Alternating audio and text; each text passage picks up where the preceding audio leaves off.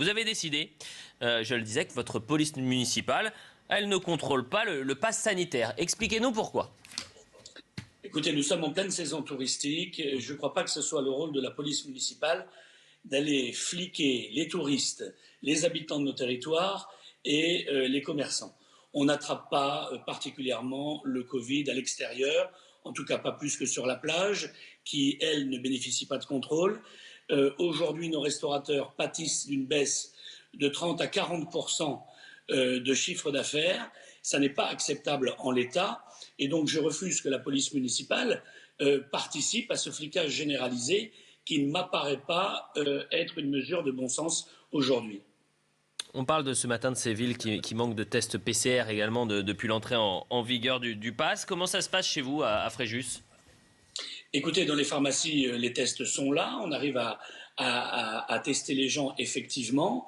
Donc, pas de problème majeur de ce point de vue-là. La vaccination est toujours ouverte pour ceux qui le souhaitent. Et je crois que nous sommes sur notre territoire à plus de 50% de vaccinés. Les personnes fragiles le sont majoritairement. Je pense qu'on peut le dire aujourd'hui. C'est ce pourquoi d'ailleurs je m'étonne qu'on impose cette deuxième catégorie de citoyens qui seraient les non-vaccinés et qui n'auraient pas le droit d'aller sur les terrasses de nos restaurants, sur les terrasses de nos bars. Encore une fois, en pleine saison estivale, ça n'est pas admissible et même plus généralement, philosophiquement, il est quand même problématique d'expliquer à un certain nombre de personnes qu'ils n'ont pas le droit, qu'ils n'aient pas le droit de fréquenter ces établissements. Bon, qu'allez-vous répondre à l'opposition qui va vous dire finalement ces élus viennent récupérer quelques voix et surtout ne font pas finalement ne participent pas à l'engagement national pour éviter d'enrayer l'épidémie? Vous leur répondez quoi?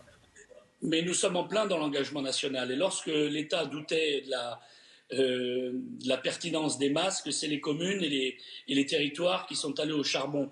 C'est nous, systématiquement, qui ont été au premier plan. Simplement, aujourd'hui, nous sortons d'une crise économique majeure. Nous avons toute une série de chefs d'entreprise qui sont totalement paniqués à l'idée de voir s'effondrer leur chiffre d'affaires pour des raisons sanitaires qui, objectivement, aujourd'hui, sont douteuses. Je le répète, la vaccination est ouverte. Il faut continuer d'ailleurs. Ceux qui le souhaitent peuvent se faire vacciner. Alors je ne vois pas pourquoi on priverait une partie de la population de se rendre, encore une fois, à l'extérieur sur nos terrasses. Au moins cela, Oui. ce serait déjà raisonnable pour le gouvernement de reculer sur cette mesure, à mon sens.